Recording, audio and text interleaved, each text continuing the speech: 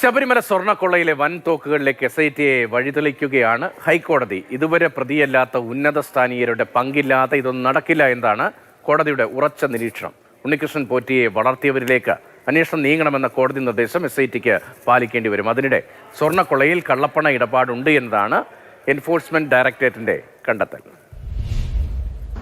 ശബരിമല സ്വർണ്ണക്കൊള്ളയ്ക്ക് പിന്നിലെ വൻ തോക്കുകൾ ഉണ്ട്. ആ വൻ തോക്കുകളിലേക്ക് നിങ്ങൾ പോകൂ, എന്തിനും അടിച്ചു നിൽക്കുന്നു എന്ന ചോദ്യമാണ് SITക്ക് മുന്നിൽ ഹൈക്കോടതി ഉയർത്തിയിരിക്കുന്നത്. അന്വേഷണ ഉദ്യോഗസ്ഥനായ SP ശശിധരനോട് ഒരാളെയും വിട്ടുകളയരുത്, എല്ലാവരിലേക്കും കൃത്യമായ അന്വേഷണം പോകണം, നിങ്ങൾ ആ വൻതോക്കുകളെ കണ്ടെത്തി കൊണ്ടുവരൂ എന്ന കൃത്യമായ നിർദ്ദേശമാണ് ഹൈക്കോടതി നൽകിയിരിക്കുന്നത്. ഈ ജാമ്യം തള്ളിക്കൊണ്ടുള്ള ഉത്തരവ് പരിശോധിക്കുമ്പോൾ ഏറ്റവും പ്രധാനപ്പെട്ട കാര്യം ഉണ്ണികൃഷ്ണൻ പോറ്റി വലിയൊരു പ്രഭാവലയം സൃഷ്ടിച്ച് ശബരിമല സന്നിധാനത്ത് അനിയന്ത്രിതമായ സ്വാതന്ത്ര്യത്തോടെ വിലസുകയായിരുന്നു എന്നാണ് കോടതി പറയുന്നത്. ആരാണ് ഉണ്ണികൃഷ്ണൻ പോറ്റിയുടെ യഥാർത്ഥ സ്പോൺസർ? ആ സ്പോൺസറെ നിങ്ങൾ കണ്ടെത്തണമെന്ന കൃത്യമായ നിർദ്ദേശമാണ് ഹൈക്കോടതിയുടെ ഈ ഉത്തരവിന്റെ ഭാഗമായിട്ടുള്ളത്. അതോടൊപ്പം തന്നെ ഈ ഉത്തരവിൽ ഏറ്റവും വലിയ തിരിച്ചടി സംഭവിച്ചിരിക്കുന്നത് ദേവസ്വം ബോർഡിന്റെ പ്രധാനപ്പെട്ട ആളുകൾക്കാണ്.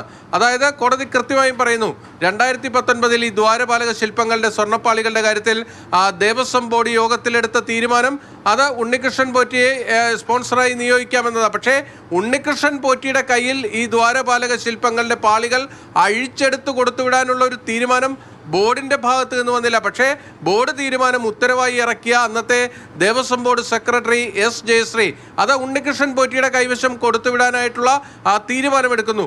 അതിന് പിന്നിൽ നടന്നിട്ടുള്ള സംഭവങ്ങൾ കൂടി കൃത്യമായി അന്വേഷിച്ച് അതിലെ ഉന്നതരെ പുറത്തു കൊണ്ടുവരണം. ദേവസ്വം ബോർഡ് അംഗങ്ങൾക്കടക്കം കൃത്യമായ പങ്കുണ്ട് എന്നാണ് കോടതി പറയുന്നത്. അതായത് ഇപ്പോൾ പ്രതിസ്ഥാനത്തുള്ളവരല്ല, അതിനും മുകളിൽ ആളുകളുണ്ട് എന്ന് കൃത്യമായി പറയുകയാണ്. അതോടുകൂടിയാണ് ഇതിലെ കൂടുതൽ രാഷ്ട്രീയ നേതാക്കളടക്കമുള്ളവരിലേക്ക് ഈ കേസിന്റെ അന്വേഷണം പോകാനുള്ള സാധ്യത തള്ളിക്കളയാൻ കഴിയാത്ത അവസ്ഥയുള്ളത്. അതോടൊപ്പം തന്നെ ശബരിമലയിലെ ചില ഉന്നത സ്ഥാനീയരിലേക്ക് കൂടി ഈ അന്വേഷണം നീങ്ങുമെന്ന് ഉറപ്പാണ്. ഹൈക്കോടതി ഇന്നലെ S ജയശ്രീയുടെയും അതോടൊപ്പം തന്നെ മുൻ എക്സിക്യൂട്ടീവ് ഓഫീസർ മുൻ അഡ്മിനിസ്ട്രേറ്റീവ് ഓഫീസറായിട്ടുള്ള S ശ്രീകുമാറിന്റെ മുൻകൂർ ജാമ്യം തള്ളിക്കൊണ്ട് ആ പ്രതികളോട് അടിയന്തരമായി കീഴടങ്ങാനാണ് ആവശ്യപ്പെട്ടിരിക്കുന്നത്. കാരണം ഈ പ്രതികൾക്ക് നിർണായകമായ പങ്ക് ഈ സ്വർണ്ണക്കൊള്ളയിലുണ്ട് എന്ന് കോടതി കണ്ടെത്തിയിരിക്കുന്നു.